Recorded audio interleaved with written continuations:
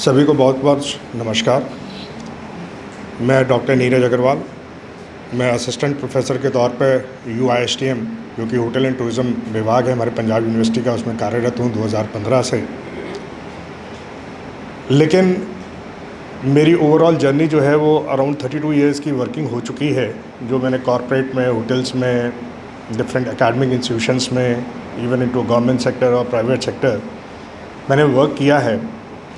तो कहीं ना कहीं जहाँ तक एक पब्लिक रिलेशंस की, लोगों से मिलने जुलने की हम लोगों की एक रहती है, तो शायद हम लोग ये सोचते हैं कि शायद हम लोगों को एक बाकी लोगों से ज़्यादा मौका मिलता है लोगों से इंटरेक्ट करने का, समझने का, बात करने का। तो मैंने ये महसूस किया कि वक्त के साथ, समय के साथ, जैसे जैसे मेरी उम्र बढ़ती गई तो मेरे अंदर शायद एक ये फीलिंग आती गई कि मैं शायद लोगों को बहुत अच्छे ढंग से समझने लग गया हूँ, जानने लग गया हूँ, मैं चीज़ों को समझ लेता हूँ।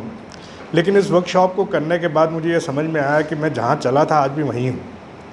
कहीं ना कहीं हम लोग अपने अंदर एक गलत परसेप्शंस डेवलप कर लेते हैं, तो जिसकी वजह से हम लोग कहीं ना कहीं उनके साथ हम, आप ये कह लीजिए कि प्रॉब्लम्स क्रिएट हो जाती हैं, लोगों के साथ मिसअंडरस्टैंडिंग्स क्रिएट हो जाती हैं, अनहैप्पीनेस क्रिएट्स हो जाती हैं।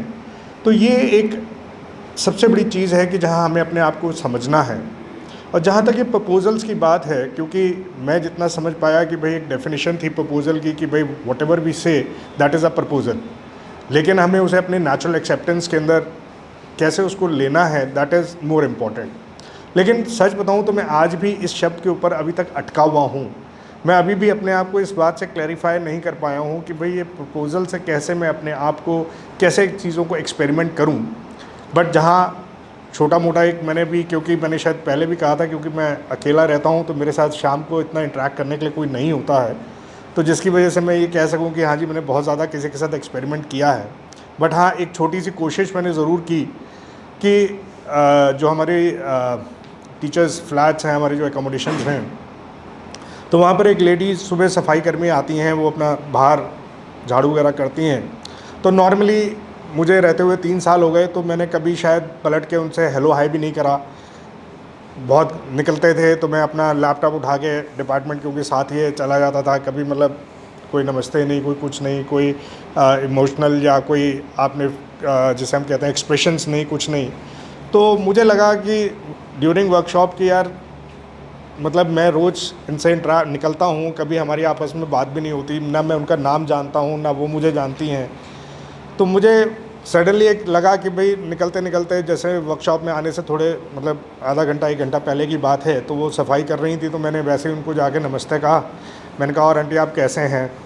तो वो भी सडनली मेरी तरफ देखने लगे कि भाई आज इन्हें क्या हो गया कि इतने साल से तो कभी हमारी आपस में हेलो हाय भी नहीं हुई। तो मैंने एक कदम और बढ़ के उनसे ये कह दिया, मैंने कहा आंटी चाय वगैरह तो नहीं लेंगी? चाय पियेंगी? तो मैं चाय बना रहा हूँ अपने लिए, तो आप चाहें तो मैं आपके लिए भी चाय बना देता हूँ। तो उन्होंने कहा अगर आप बना रहे हैं तो मुझे भी 1 कप चाय दे दीजिए। तो मैंने भी दी। लेकिन इस प्रोसेस के बाद अब वो पिछले 3 दिन से जैसे ही मुझे मिलती हैं, तो छूटते ही सबसे पहले वो मेरी तरफ आती हैं कि मुझे हेलो करने के लिए, पूछने के लिए कि सर सब ठीक हैं, कोई चीज़ की ज़रूरत तो नहीं है, कुछ आपको लाके तो नहीं देना है। तो मतलब that gives me a kind of happiness कि भाई मतलब एक छोटी सी शुरुआत से, कि मतलब कितना उस व्यक्ति ने मेरी तरफ एक केयरिंग एटीट्यूड दिया कि भाई उसको भी पता है मैं अकेला रहता हूँ।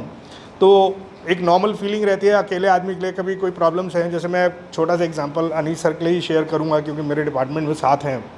तो अभी जैसे 10th 11th को बहुत ज़्यादा बारिश थी, और हम लोग 10th से ही डिपार्टमेंट शुरू हुए थे, मतलब यूनिवर्सिटी शुरू होनी थी छुट्टियों के बाद। तो 9th इवनिंग जैसे मैं आया था, तो मेरे पास 10th के लिए घर में खाने पीने के लिए कुछ नहीं था, क्योंकि दिमाग में एक साइकोलॉजिकल था कि भाई 9th को आ गए हैं, 10th को सुबह मार्केट जाके सामान वगैरह ख़रीद लेंगे। तो मतलब इतनी परेशानी थी कि भाई मुझे ये समझ नहीं आ रहा था, बाहर जा नहीं सकते, खाने के लिए कुछ है नहीं। तो then I requested Anees sir कि सर ये प्रॉब्लम है। तो इमीडिएटली ही केम डाउन कि नहीं सर आओ गाड़ी में बैठ के चलते हैं, जहाँ से भी हम कुछ ले सकते हैं वो हम लेते हैं। तो that is what I understand. और जहाँ तक मैं कहूँ कि भाई थॉट्स, ये एक ह्यूमन नेचर है कि भाई हम लोग हमेशा यही मानते हैं कि जो मॉनेटरी गेन्स हैं, पोजीशंस हैं, तो शायद यही हमारे हैप्पीनेस के कारण है। बट डेफिनेटली, क्योंकि मैंने आपसे कहा कि मैंने एक डिफरेंट एज ग्रुप के साथ, एक 32 इयर्स की वर्किंग के साथ, I finally get it out कि हर चीज़ का एक समय है। ऐसा नहीं है कि हर चीज़ हमेशा ही आपके ऊपर हावी है। अगर मैं कहूँ कि आज मुझे लगे कि नहीं जी मुझे पोजीशन चाहिए, तो शायद नहीं चाहिए। इवन अगर मैं मॉनेटरी गेन्स की बात कहूँ या फिजिकल एक्यूमुलेशंस की बात कहूँ, तो मुझे नहीं लगता कि मुझे आज कोई ऐसा एक्यूमुलेशंस चाहिए, क्योंकि मुझे अपने आप को लगता है कि नहीं, I am happy what ever I have. But still कहीं ना कहीं लेकिन हमें अपने आप को एक सेल्फ रियलाइज़ करने की बहुत ज़रूरत है कि भाई हमारी ज़रूरतें क्या हैं और कैसे हमें उसे पूरा करना है और कैसे हमें उसे सोसाइटी को देना है। जो मेरा सबसे इम्पॉर्टेंट मुझे टेक जो कल समझ में आया, दैट इज़ को एग्जिस्टेंस। जो हमने चारों फैक्टर्स को लेके चला कि नेचुरल एग्जिस्टेंस है, प्लस एनिमल फैक्टर्स हैं या बायो फैक्टर्स हैं।